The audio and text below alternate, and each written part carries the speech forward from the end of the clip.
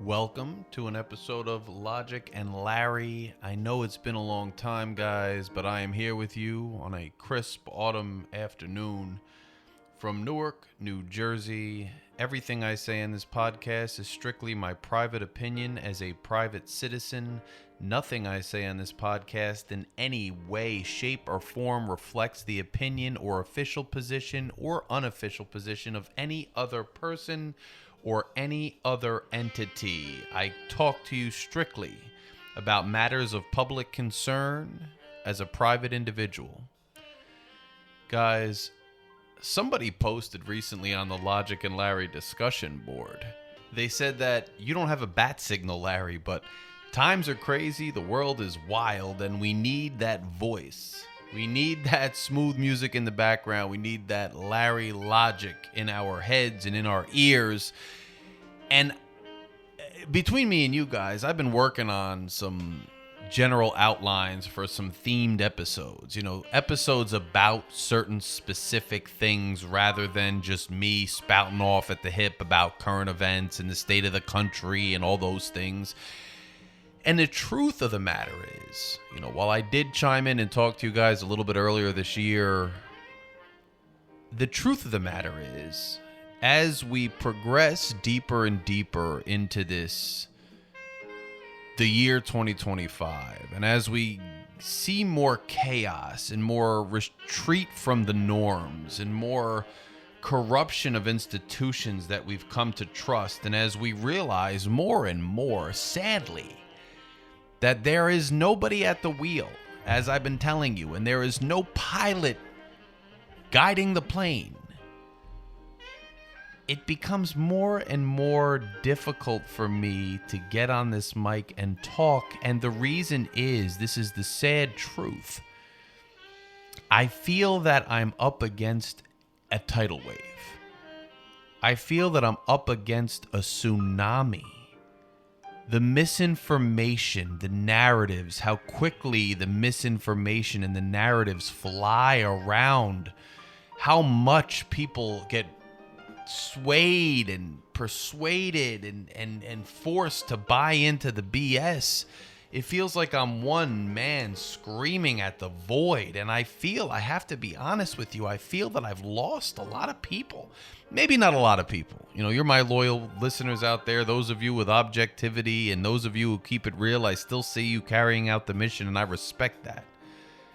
And I see it. I haven't forgotten. You haven't forgotten me. I'm still talking where I can, but there are people that I do feel like I lost. People who used to tune into this show, people who used to listen to it regularly, people who, even without the show, used to talk to me or consult me about things and confide in me. And all of a sudden, these people are, you know, they're putting me in the same bin as some other dude they know, right? Like, oh, you said this, but then this guy said that. So what am I to believe? Bro, you're to believe me. I mean, I've been keeping it real. I'm the guy, the logical guy who's been the thought leader, who's been the ponderer, the reflective person that you've known for years, the person who went to Rutgers University, got the poli-sci degree, participated in local politics, right? Got the law degree, participates in the government, right? Who has a passion for these things, who is well read on these things, who's written about these things. That's me. But as we devolve into this endless algorithm-driven madness that is the internet and the media sphere, it feels like I'm just one man fighting the void, and it's taxing. And so when I get on this mic and I talk to you guys, while I love doing it, it's hard sometimes to find the inspiration to even do it. Because it seems like no matter what I say and no matter what we say, it's just drowned out. It's drowned out by the nonsense. We can't fight it. We can't swat it fast enough. It's just overwhelming and all-consuming. And it drives us crazy. Now, look, I have somewhat of I'd say a manifesto I'm working on, a kind of, you know, how do we get this country and this society back on track? It deals a lot with antitrust laws and breaking up large monopolies. It deals with taxation. It deals with investment in infrastructure. It deals with, you know, changes to our law enforcement systems and our political systems and our judicial systems and these other things. And it's going to take a lot of time for me to put that together and be able to convey it in a cohesive and coherent way. But in the meantime, I'm hopping on this mic today to talk to you guys generally about what I'm feeling, to let you know that I'm out here and I know what you're feeling, and to kind of have a roadmap for the next few months at least of how we're going to continue to do our best to stay sane here. And here's something that I think has really been really insidious that we've seen over the last month or so in this country and in this society. We had the absolutely tragic murder of Charlie Kirk, a conservative activist, a podcast personality who was murdered in cold blood with a shot while he was talking to students out in Utah. Political violence, as we've seen, whether it was Luigi Mangione killing somebody, shooting him in the back. He didn't know anything about the man other than his position in an insurance company. The Minnesota lawmakers, Democrats, who were shot at their front doors. I mean, we've seen this more and more and more and more, and it's troubling.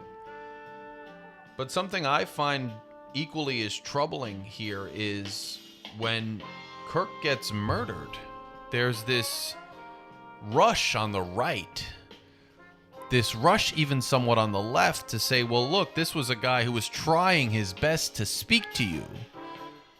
He was trying to talk to you. He wanted nothing more than to just be honest and have a legitimate conversation. And look, you people are so hateful. You've been driven so mad and you've been driven so radical that the only thing you could do to respond to this invitation to an earnest debate was to shoot this young man. How? How can we ever speak to you? How can you expect us to have a conversation with people who are so seething at the mouth, so angry that all they want to do is kill us? And while the young man who pulled the trigger and should rightfully be prosecuted for murder certainly was seething to a point where conversation had exhausted all avenues, and surely no matter what Charlie Kirk's tactics or how he spoke or what he used, never, ever, ever demands violence in return. It is disingenuous, and in fact is an example of the disingenuous nature of how the right and Trumpism has been communicating with all of us for years now, to pretend that the methods that are used by the right are conversation and speech in earnest, or policies in earnest, or genuine, honest legislation or judicial mechanisms or any other thing, and that the left and people against Trumpism are simply going mad because they can't control themselves and they don't know how to act civilly. That is the biggest piece of gaslighting I have ever heard in my 40 years on this planet, because it's a sustained form of gaslighting that would drive any rational, sane, and morally guided man to insanity simply by its assertion. Okay? What MAGA does is they work in narratives and falsehoods and twisting and bending the truth, and then say it to you in your face with a smirk and a smugness as if you must be nuts if you don't agree. It's like somebody standing in front of you saying, well, 2 + 2 is 5. Didn't you go to school? Don't you know that? What's wrong with you? You don't know 2 + 2 is 5? You must be crazy. Calm down. Don't go crazy telling me it's 4. Ooh, you're out of it. You can't have a conversation. 2 + 2 is 5 and you're losing your mind over it. Just worry about other things. Politics shouldn't consume your life. 2 + 2 is 5. If you don't know that, that's okay. Don't get mad at me. That's how they act. Now, Charlie Kirk was a successful young man who spread a platform that many people disagreed with. And rest in peace to that young man. one of the things he did was what many people do these days in this sphere, is they don't have honest debates and discuss ideas in an earnest way. They set up very strategic publicity venues, right? Like Trump does this too. They elicit sound bites, they cut up debates and conversations to put on social media. And when they put these things on social media, they are able to have them go viral in these 30-second to 1-minute snippets that you see on TikTok and you see on Facebook and you see on Instagram, these algorithmic, robotic sound bites that get people enraged or get people riled up or, continue to spread propaganda and act as a commercial and an advertisement for a certain political movement. And this has been going on for a long time, and it's not just, confined to MAGA or Trump. Other people have done it on both sides of the aisle, but that's who does it the most these days. And so Donald Trump and the people that he works with now are asking us, or they're not asking us anything, but they're daring us to have a legitimate conversation with them, like the kind of conversation and discourse that people want me to have by coming on this show and continuing to do this show. And they say they want to have a conversation and they want to discuss things and they want to discuss the issues with us, right?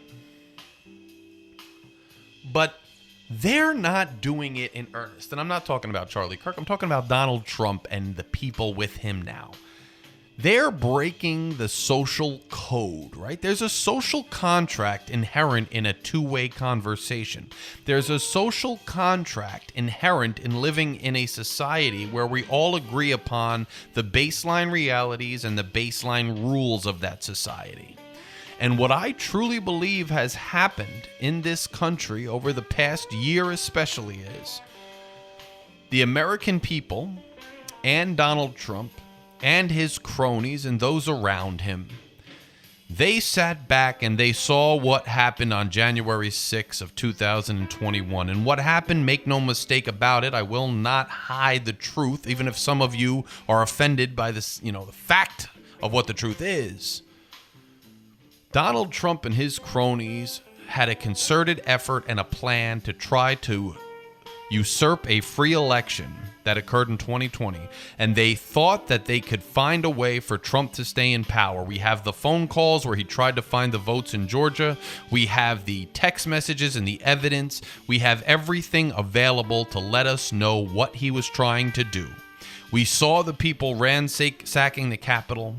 A very well put together impeachment inquiry was put on by House Democrats, but regardless of that fact, even though the United States Senate voted by a majority to convict Trump, the archaic rules of our republic required 80 votes to convict, and so he didn't get it. And people like Mitch McConnell, even though they condemned the behavior and said it was wrong, they used a semantic technicality, that allowed them to say, well, he's no longer in office, so he can't technically be impeached, even though maybe if he was still in office, he would have been impeached. Now, convicting him on impeachment would have prevented him from running for office again.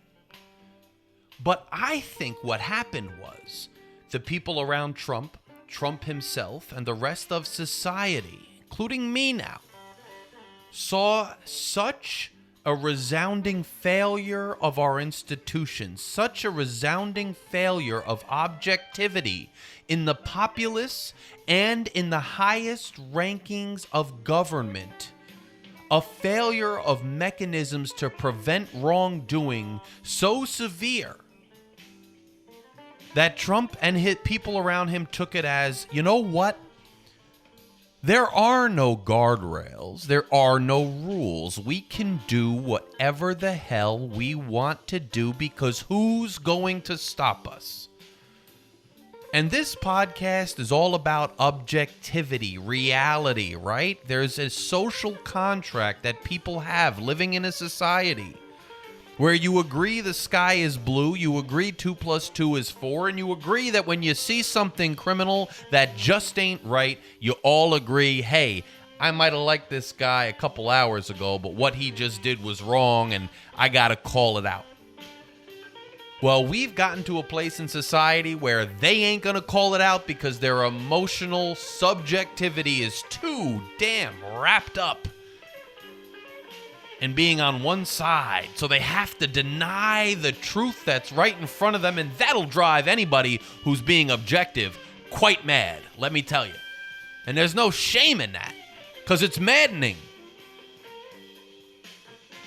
But when that institution failed and Trump got back into office and the population elected him back into office by popular and electoral vote, despite what we all knew and know he did, he decided, well, I'm going to do whatever the hell I want now. This may not be this free country democracy that everybody says it was. Maybe this is a place that's ripe for the taking, and we can run roughshod over rights and over freedoms and over common decency and do whatever we want.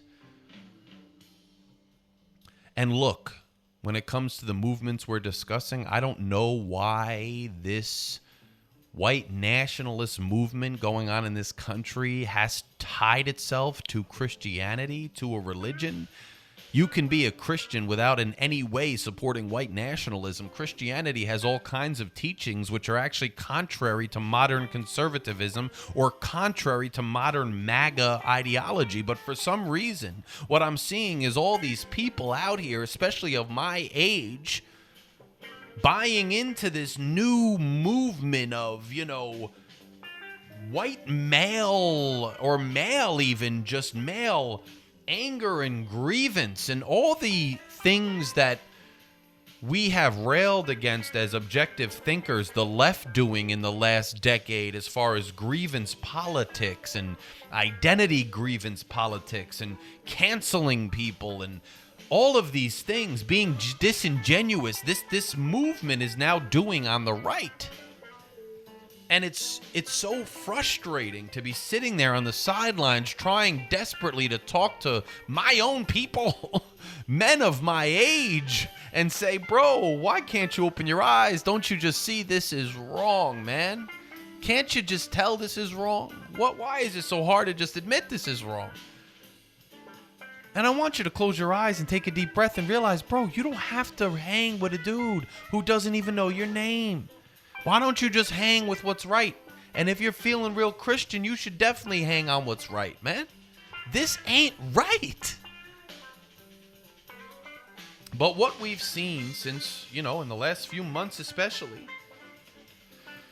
is Trump and his guys going after people. So right now we're in a government shutdown, and, Democrats, they want to hang their hat on this government shutdown by saying, well, we're shutting down the government because Trump won't extend Medicaid or health care subsidies to people that need health care.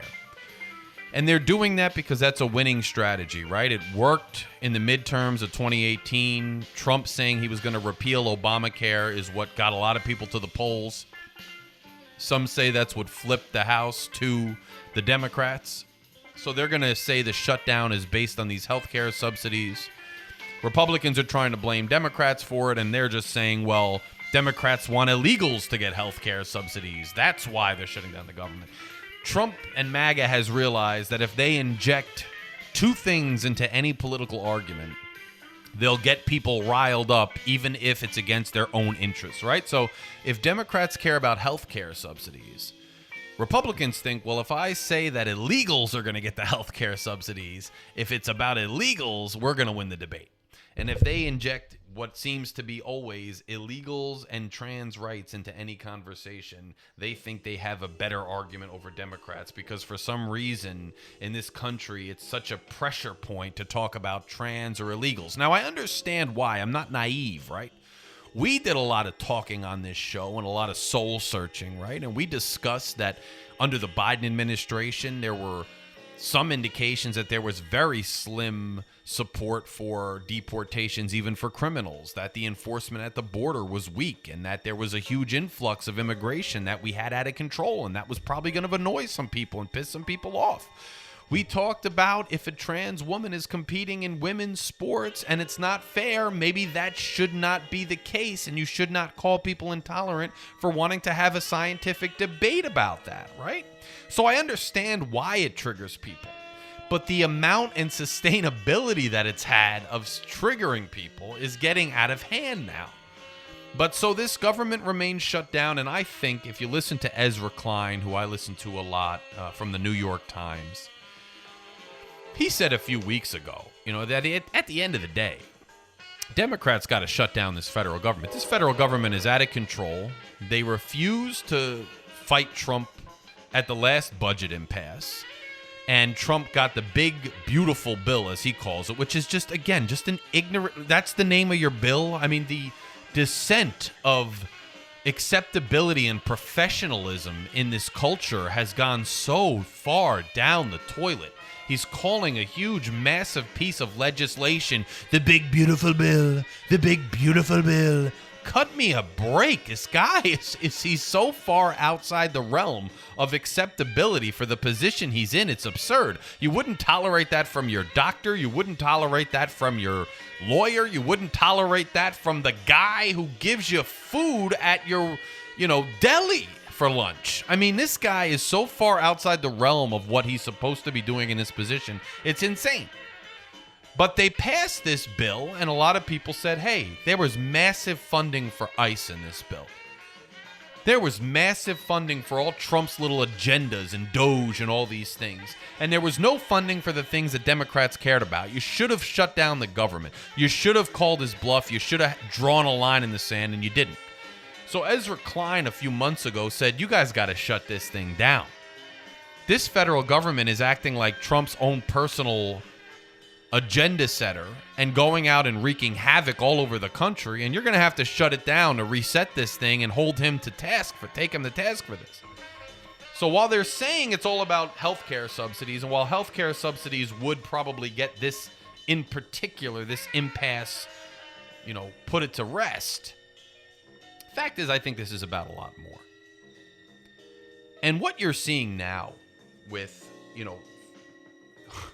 I already talked to you about what ICE was doing and what the Department of State was doing, revoking the visas of students who wrote papers they didn't like, who were on, visitor visas from other countries. And they were revoking their visas basically in secret just so they could run up on them and kidnap them and lock them up for an extended period of months instead of just sending them a letter in the mail saying, hey, we're going to revoke your visa, come and contest it. That's just the subversive garbage that these people are doing. But what ICE is now doing as they get bolstered and as they are putting out ads for recruitment and they're giving out perks to recruit more people, what they just did in Chicago, running into a building and basically arresting people and detaining people first and asking questions and finding facts later, is really just... I don't know how else to describe it other than just really not right and not American. These videos I'm seeing of just officers of some sort marching down the streets, shining flashlights in people's windows. I mean, Trump going out there and saying that our cities are the enemies within and they need to be training grounds. I mean, it's just un-American is what it is. It's not American, and forget American or not, it's not right? It's morally repugnant. It's morally reprehensible. And so when we talk about Trump's regime, Pete Hegseth, who just summoned all the high-ranking officers from across the globe to Washington, D.C., so he could stand in front of an American flag like he was General George Patton and proceed to give a speech about the fact that we're not going to be bothered by pesky rules of engagement and we were just going to be a war-fighting force, and changing the name of it to this Department of War, and he's the Secretary of War, and Trump going out there and saying these things. These things are morally repugnant. And the idea that us calling that fascism, that people calling that out is wrong and fascist and absurd is somehow insightful or is hate speech. That in and of itself is unjust and wrong and patently un-American. We have a First Amendment in this country, and this is where I'm getting at with me yelling into the void. If my fellow man, my neighbor, whether he liked Trump, liked MAGA or not, can't stand next to me and say, you know what, that's wrong, that's not right, then who am I talking to? And who can I talk to if you can't just agree with me on a basic fundamental truth and objective fact? I have people on my Instagram who are posting videos of ICE officers throwing women around and laughing like you effed around and you found out because women are getting thrown around. And here's what gets me the most about this regime. You got a guy like Pete Hegseth. You got a guy like Donald Trump, a draft dodger, bone spurs. You got a guy like Stephen Miller, like a little like twitchy, just a repugnant little guy. And these guys, and Carr from the FCC, which, by the way, that's an example of everybody standing up kind of in unison, including even Tucker Carlson, and saying, hey, you can't use the government and the FCC to threaten private networks and private companies so that they take Jimmy Kimmel off the air, who's a prominent voice in comedy who's criticizing the government. That is repugnant to the First Amendment. And if you go after him, then all of us are at risk next. And by the way, this is what I say to my neighbors out there who are MAGA supporters who are loving their day and time in the sun right now. If this regime changed to a Democratic leadership down the road, you're certainly not going to like the trouncing and diminishment of all of our rights and protections and privileges under the law and under the Constitution. So it behooves you in your interest, just as well as everybody else's, to stand up to these abuses of power. It behooves you to do that. But that was a moment when everybody did stand up, and look what happened. Jimmy Kimmel won. Not only did he get back on the air, but Nexstar and the other company, they wound up re-airing him too, because you can only stand up so long to populace that demands its freedoms and demands its rights. And it doesn't have to be by force, and it doesn't have to be by violence. It can just be a voice in unison saying, we're not going to tolerate this. You can speak with your wallets. You can speak with your mouths. Speak with your nonviolent actions. But these people, ever since they thought that there was going to be no repercussions for their actions, they are going out and doing the most subversive, slimy things possible. And using underhanded ways to sneak the United States military into cities for domestic law enforcement without the requests of the local officials there. And trying to pretend that the military and the Department of Justice is some allegiant force just for the president. This is all from this nonsensical unitary executive theory pushed by Project 2025, which, by the way, so many people, remember when Trump said he never heard of Project 2025? Now he's out there saying that Russ Voigt of Project 2025 fame is doing things and pulling levers on behalf of the president. This unitary executive theory that every department and agency under the president is supposed to be loyal only to the president and not to the American people. It's a BS theory, not only by U.S. legal standards, but it's a BS theory by universally applicable moral standards. You can't sit there and tell me that you've got some universal moral compass because you're religious or otherwise, and then turn around and tell me that the unitary executive theory, that having minions and police forces in the Department of Justice and everywhere else is somehow going to serve the greater good. It makes no sense. But you see with this shutdown now, Russ Vought is out here. Now what is he doing? He's taking away money from states that that have Democratic leadership, right? They're taking away money for the Gateway Tunnel project in New York, New Jersey. We have these aging tunnels under the Hudson River for our trains that are 100 plus years old, that are aging terribly, that cause stress for commuters every day, that if they failed totally would destroy a huge proportion of the entire U.S. economy. And this president, because he just wants to stomp his feet and get his way. And these people, who, by the way, every single one of them is a squirrely, manipulative, smug person. Laura Loomer, who says vile things. These people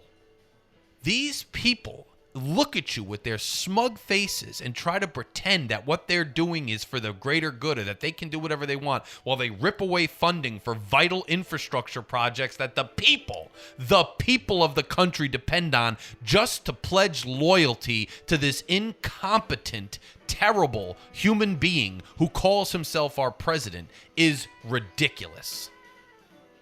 And it shows a lot about the character of these subversive individuals, that these are the tactics that they would undertake, that they are getting satisfaction and pleasure from this. And the reason that they are getting satisfaction and pleasure from this is because they are not the type of men who are real leaders. Go out into your community. Go to the local business owner. Go to the local policeman. Go to the local judge. Go to the local teacher, the local mom, the local dad, the local little league coach, the local priest, the local rabbi, right? Go to your local temple. Go to wherever you go, your mosque. And I'm telling you, those are real leaders. Those are people who are secure in themselves. Those are people who don't feel the need to be subversive and sneaky and manipulative and always looking to get revenge. Those are the honest people. They are all around us. The people currently in power are not what any sane man or person would recognize as the type of people to admire or look up to, or the type of people with sound character.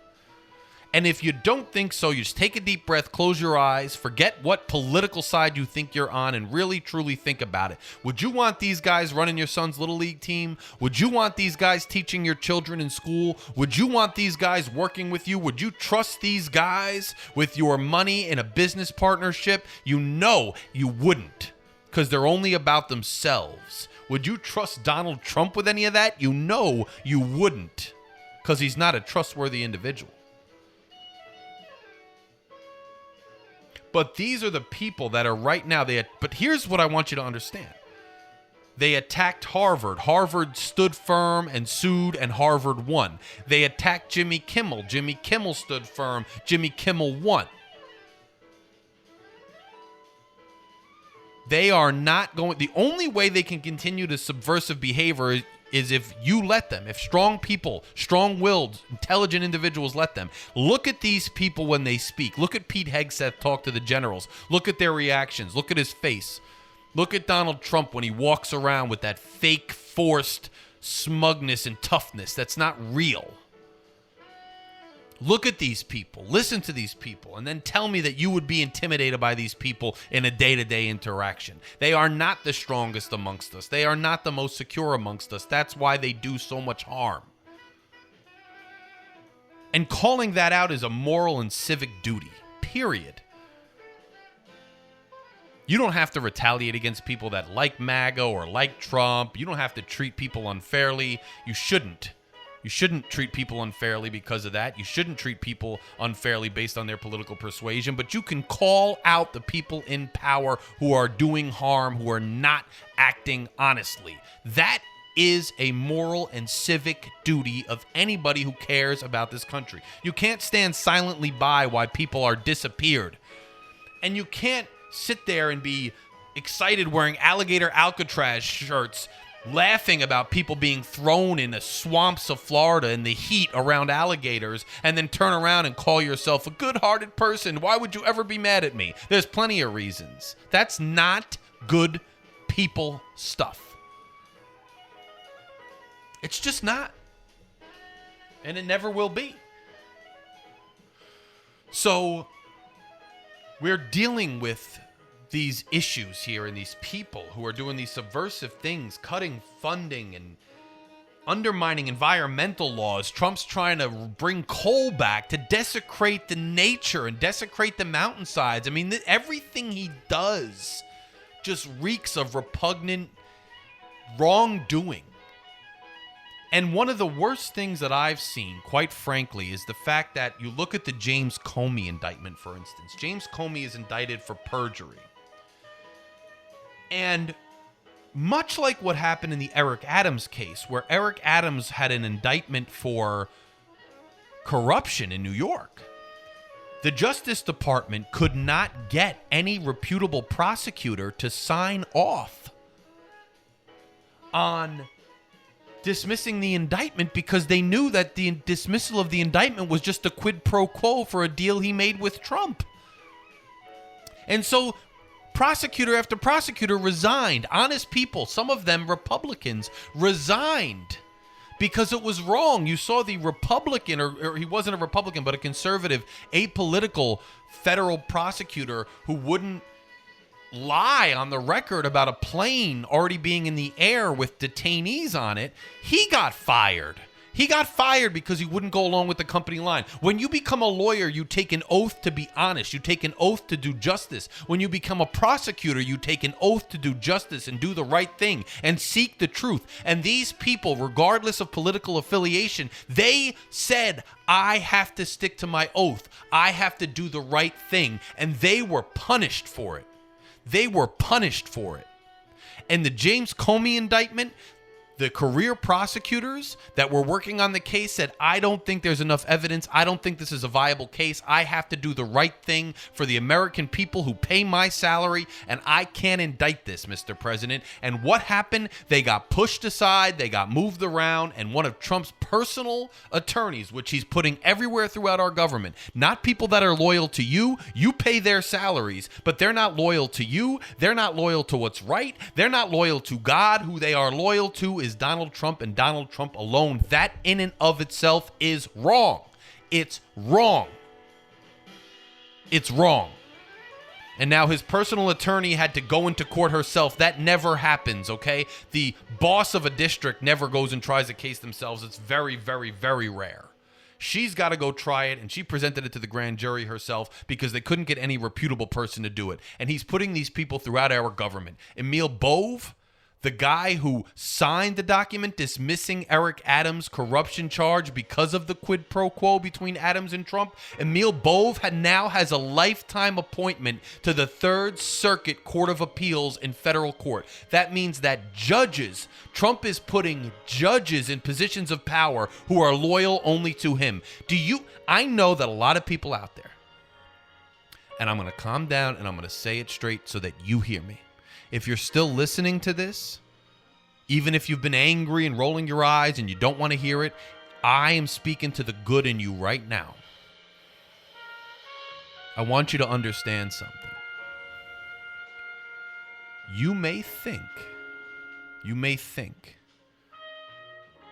because the system's sprawling and there's a lot of bad things that have happened, maybe you've been treated wrong by the system. Maybe the system's let you down. You may think that the system's been corrupted forever anyway, and the fact that Trump is stacking the deck for people only loyal to him and rigging the game with people personally loyal to him who don't care about what's right otherwise. You might think, who cares? Who cares? It's par for the course. And anyway, I win. Because the people I want to win are in charge. So if it's not fair, who cares? It's time we cheat. It's time we cheat to get what we want. Let me tell you something. The corruption and incompetence and all those things are nowhere near what you perceive them to be. But your wildest conspiracy fantasies of corruption and cutthroatness and outright nefariousness are closer to being reality and closer to being confirmed than ever since Donald Trump got into office. If the judges are dishonest and are in place just to be dishonest, and the prosecutors are dishonest and are just in place to be dishonest, and the whole system is rigged to be dishonest, then that destroys the baseline social contract we all have. That makes the society a zero-sum game where good never prevails and the innocent suffer and the villainous prevail. So you should be extremely concerned that individuals getting into positions of power are people who are corrupt, people who pledge allegiance only to one man and not to the truth, and not to what's right, and not to what's real. That should always concern you, and it concerns me deeply. Deeply concerns me.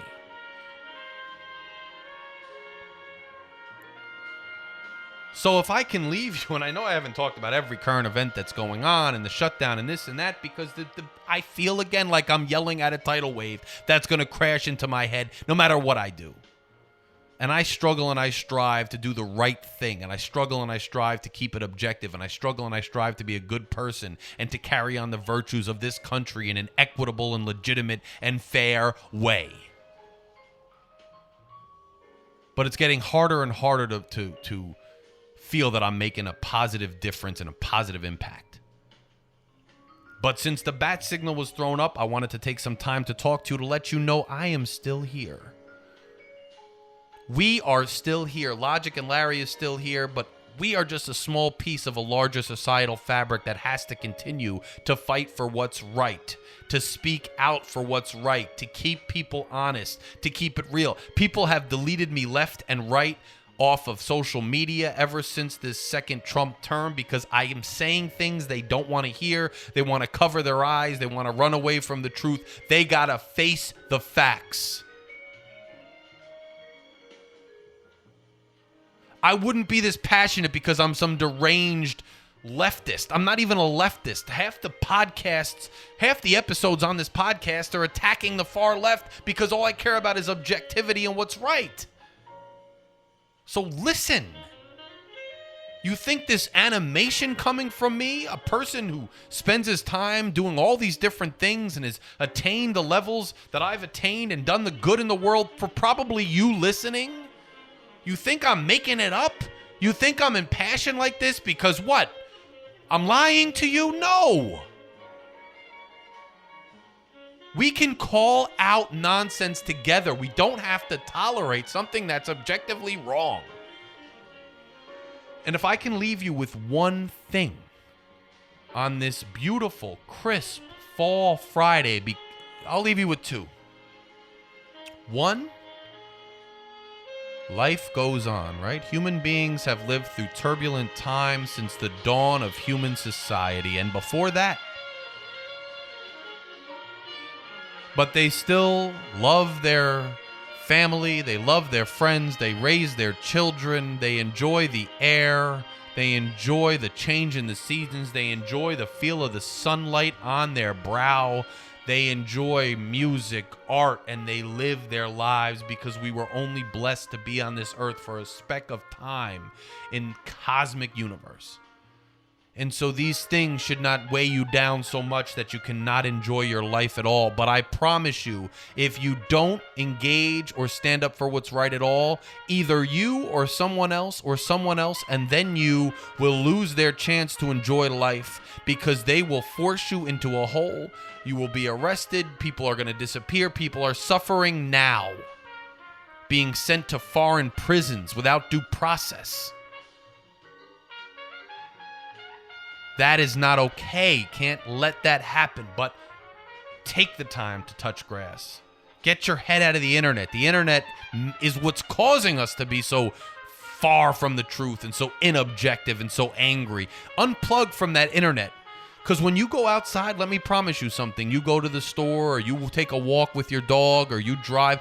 People are going to say hi to you. People are going to hold the door for you. People are going to do nice things for you. People are going to be gracious to you. And you don't know whether those people are Trump voters or Kamala voters or leftists or righties or anything, because people are still people, and people at heart, I truly believe, are decent and good. And that's why I try to get through to them, because I'm not preaching to a bunch of people who want to do bad things. I'm preaching to people who don't quite know which direction is right. And I'm trying to explain, hey, see the light, brother. See the light. Go out and get out there and touch grass and say hi to your neighbor, because the world is not as angry and as dark as the internet and politics make it. It's not as angry and as dark as Donald Trump wants it to be. Because in his worldview, with cynical worldview, everything's an enemy and a fight. The second thing I'll leave you with is this. I'm not going anywhere. You're not going anywhere. Jimmy Kimmel didn't go anywhere. All of these people are not going anywhere. The truth will set us free. Objectivity will set us free. And continuing to stand your ground and keep it 100% real and hold people accountable who need to be held accountable for spreading falsehoods and for participating in wrong-hearted things is going to be necessary to pull us through the times that we find ourselves in. So do not give up. Do not lose sight of what you're fighting for. Do not lose sight of your moral compass in doing what's right. Do not let go of what you know deep down this society can, should, and will be. And I will be back with themed episodes about the attacks on the professional class, criminal stories, just drilling down into individualized topics. I will be back to do that with you very soon. So as I always do, I sign off, wishing you a prosperous, healthy, and happy life. I will be back. Logic and Larry has not shut down. I have not retired. We have much more work to do. But until then, keep your sanity, keep holding them accountable, and keep keeping it 100% objective. Logic and Larry, signing off.